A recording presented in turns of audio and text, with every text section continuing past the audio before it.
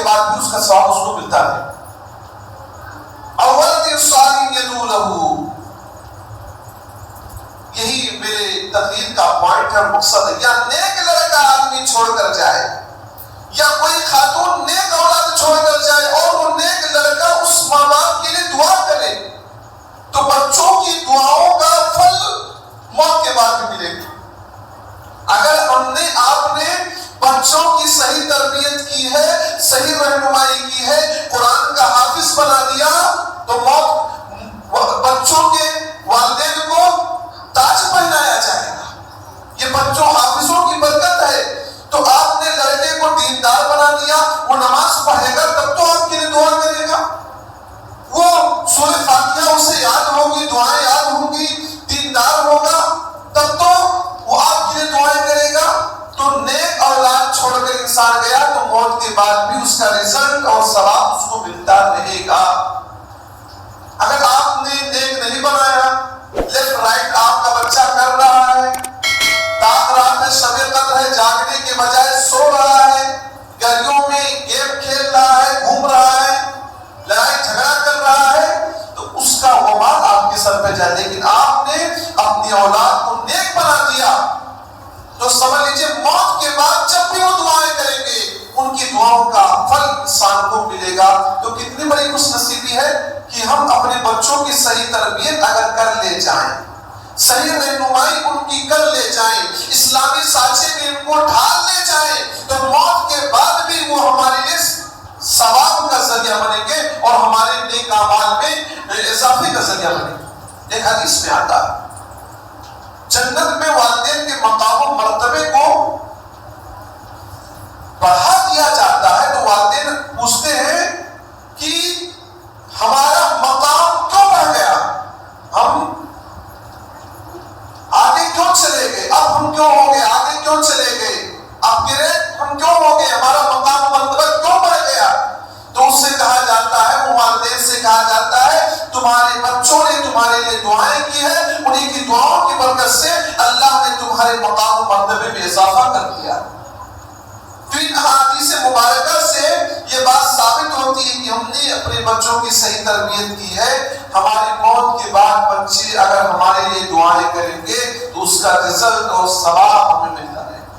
لہذا اب ہماری ذمہ داری بڑھ جاتی ہے کہ ہم بچوں کو ایسا بنا کر جائیں جو ہم سب کے لیے ہمارے نیک اعمال میں اضافے کا ذریعہ بنے. اور کیوں نہ ہو، سب کی ذمہ داری ہے اور ہر ایک سے ذمہ داری کے بارے میں پوچھا جائے گا. صحیح بخاری سے مسلم کی روایت ہے، عبداللہ بن عمر رضی اللہ عنہ فرماتے ہیں کہ اللہ کے نبی صلی اللہ علیہ وسلم نے ارشاد فرمایا کلکم راع، تم میں سے ہر انسان ذمہ دار ہے، وَكُلُّكُمْ مَسْئُولٌ عَنْ رَعِيَّتِهِ، ہر ایک سے اس کی ذمہ داری کے بارے میں پوچھا جائے گا. کوئی یہ کہہ کر نہیں چھوڑ سکتا کہ میں ذمہ دار نہیں ہوں، میں کسی پوسٹ پر نہیں ہوں.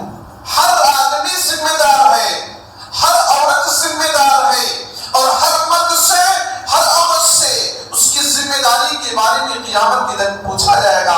فالامام راعی وہو مسئول عن رعیتہ، مسلمانوں کا جو امام ہے، مسلمانوں کا جو لیڈر ہے، مسلمانوں کا جو خلیفہ ہے، وہ مسلمانوں کا ذمہ دار ہے. قیامت کے دن اس سے اس کی ذمہ داری کے بارے میں پوچھا جائے گا کہ تم نے اپنی ذمہ داری کا حق کیسے ادا کیا. وَالرَّجُلُ رَاعٍ فِي أَهْلِهِ وَهُوَ مَسْئُولٌ عَنْ رَعِيَّتِهِ، آدمی اپنے گھر کا ذمہ دار ہے. ضروری ہے کہ آپ کسی پوسٹ پر رہیں، کہیں خزانچی رہیں، کہیں صدر رہیں، کہیں متولی رہیں، تب آپ ذمہ دار نہیں. آپ میں سے ہر آدمی اپنے گھر کا ذمہ دار، وہ مسئول عن رعیتہ، اور ہر آدمی سے قیامت کے دن اس کی ذمہ داری کے بارے میں پوچھا جائے گا. وَالْمَرْأَةُ رَاعِيَةٌ فِي بَيْتِ زَوْجِهَا، عورت اپنے شوہر کے گھر کی ذمہ دار. عام طور پر کام کے لیے، کاروبار کے لیے گھر سے چلا جاتا ہے. یہ بچے زیادہ تر کس کے پاس رہتے؟ ماؤں کے پاس رہتے. عورت یہ کہہ کر نہیں بچ سکتی کہ ہم عورت ہیں. اللہ کے نبی نے فرمایا وَالْمَرْأَةُ رَاعِيَةٌ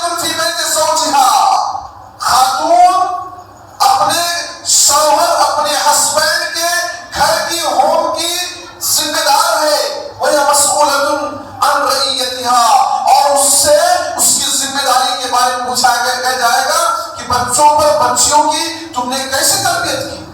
الا کلکم راعٍ وکلکم مسئول عن رعیتہ، خبردار تم میں سے ہر آدمی ذمہ دار ہے اور ہر آدمی سے اس کی ذمہ داری کے بارے میں پوچھا جائے گا۔ امام ذمہ دار ہے، مرد ذمہ دار ہے، عورت ذمہ دار ہے، غلام ذمہ دار ہے، ہر ایک ذمہ دار ہے، ہر ایک سے اس کی ذمہ داری کے بارے میں پوچھا جائے گا۔ تو بچوں کی تربیت کا سب سے پہلا مرحلہ کیا آتا ہے؟ بچوں کے لیے نیک بیوی کا انتخاب کیا جائے۔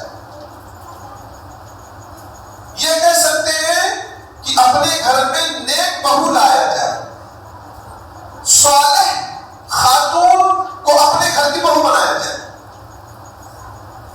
واقعات بہت ہیں، آپ نے سنے بھی ہوں گے واقعات کہ سلف صالحین نیک خاتون کے اپنے گھر کی بہو بناتے تھے اور اس کا رزلٹ انہیں ملتا تھا۔ ان کے گھرانوں میں عمر بن عبدالعزیز پیدا ہوتے تھے جو عدل انصاف سے پوری دنیا کو منور کرتے تھے۔ لیکن آج حالات بدلے۔ اللہ کے نبی صلی اللہ علیہ وسلم نے فرمایا تنکح المرأة لأربع، لمالها ولجمالها ولحسبها ولدینها فاظفر بذات الدین تربت یداک۔ عام طور پر سماج میں، سوسائٹی میں، گاؤں میں، شہروں میں 4 چیزوں کی بیس پر شادیاں کی جاتی ہیں۔ پہلے نمبر پر کیا چیز دیکھی جاتی ہے؟ لمالها، مال دیکھا جاتا ہے، سامنے والا کتنا دے سکتا ہے، کتنی کیپیسٹی ہے اس کے دینے کی، 10 تولہ دے سکتا ہے کہ نہیں دے سکتا ہے، گاڑی دے سکتا ہے کہ نہیں دے سکتا ہے، فلیٹ بیچ کر ہمیں دے گا کہ نہیں دے گا، پوری بیٹی اور بہو کا پورا سامان یعنی اپنی بیٹی کا پورا سامان ہمارے گھر پہ دے گا کہ نہیں دے گا، یہ سب سوچ کر کرتے ہیں۔ آج یہ حالت ہے، ہر ایک کی نگاہ یہی ہے، گاڑی چاہیے، سونا چاہیے، کچھ لوگ فلیٹ کا بھی ڈیمانڈ کر لیتے ہیں، الگ الگ رقم کا بھی، پیسوں کا، کیش کا بھی ڈیمانڈ لوگ کر لیتے ہیں۔ نبی نے کہا ایسے بھی لوگ ہیں۔ وَلِجَمَالِهَا، اور کچھ لوگ ایسے ہیں جو خوبصورتی کو دیکھ کر شادی کرتے ہیں، لڑکی خوبصورت ہو شادی کر دیں گے۔ کتنے نوجوانوں کو سنا گیا ہے وہ کہتے ہیں کہ کاش کہ ان کی شادی فلاں ایکٹر سے، فلاں ہیروئن سے ہو جائے، جبکہ وہ مشرکہ ہوتی ہے۔ مسلمان مردوں کے لیے، لڑکوں کے لیے مشرک عورتیں جائز نہیں ہیں، لیکن کتنے لوگ تمنا کرتے ہیں کہ کاش کہ اس لڑکے سے ان کی شادی ہو جاتی۔ تو کیا دیکھ کر شادی کرنا چاہتے ہیں؟ خوبصورتی دیکھ کر شادی کرنا چاہتے ہیں۔ یہاں پر ایک نصیحت میں کرنا چاہتے ہیں، چونکہ ہم لوگ ہمارے گھرانوں میں، آپ کے گھرانوں میں خوبصورتی کو دیکھ کر شادی کرنے کا رواج ہے، اس لیے لڑکیاں خوبصورت بننے کی فکر تو کرتی، طرح طرح کا کریم پاؤڈر استعمال کریں گے، وہ اپنے آپ کو میک اپ سے سجائیں گے، وہ یہ سوچ کر میک اپ کریں گے، خوبصورت بنیں گے کہ کل ان کی شادی ہونے میں آسانی ہو جائے۔ اور بڑے افسوس کے ساتھ کہنا پڑتا ہے کہ اگر لڑکی بدصورت ہوتی ہے، جسے کہا جائے بہت خوبصورت، بیوٹیفل نہ ہو، تو ہماری مائیں بہنیں ہی ریجیکٹ کر دیتی ہیں۔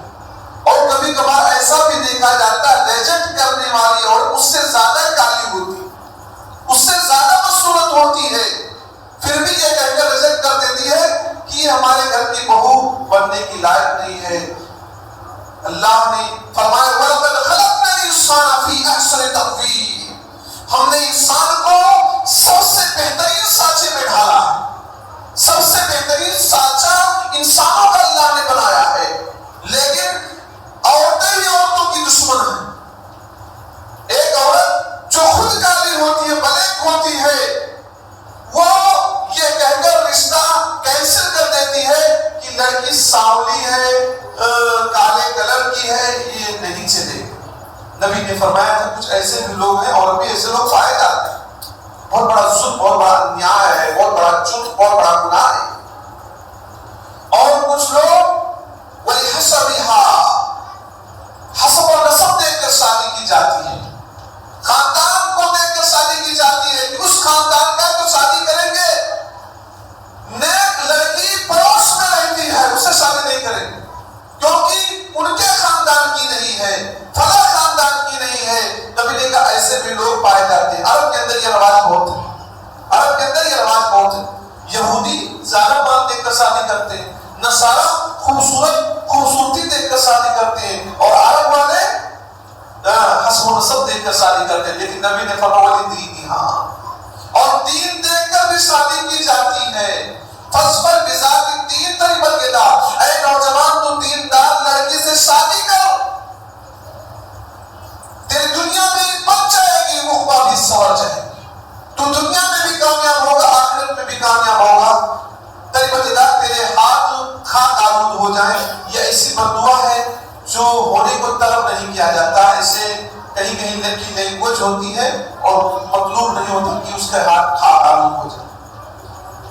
جب نیک عورت ہوگی, نیک لڑکی ہوگی, دنیا میں بھی ساتھ دے گی. کرونا کا آیا تھا نا, نیک عورتیں اپنے شوہروں کا ساتھ دی, خدشہ کم کر دیا انہوں نے, ہمت دیا, حوصلہ دیا. اور خود اللہ کے نبی صلی اللہ علیہ وسلم پر جب پہلی وحی نازل ہوئی تھی, آپ صلی اللہ علیہ وسلم آئے, زملونی زملونی, مجھے چادر اڑا دو, مجھے چادر اڑا دو. خوف سے آپ کانپ رہے تھے. جب آپ کا خوف ختم ہوا تو حضرت خدیجہ سے کہا کہ مجھے لگتا ہے کہ میں ہلاک ہو جاؤں گا, برباد ہو جاؤں گا. تو حضرت خدیجہ نے کہا تھا, کلا واللہ لا یخزیک اللہ ابدا, انک لتصل الرحم وتحمل الکلا وتکسب المعدوم وتقری السیء وتعین علی نوائب الحق. اللہ کی قسم, اللہ آپ کو ضائع نہ کرے گا. ہمت دیا, حوصلہ دیا, ہمت دیا, حوصلہ دیا. کلا واللہ لا یخزیک اللہ انک لتصل الرحم, آپ رشتوں کو جوڑتے ہیں. وتحمل الکلا, بوجھ اٹھاتے ہیں. وتکسب المعدوم, جو کما نہیں سکتا اسے کما کر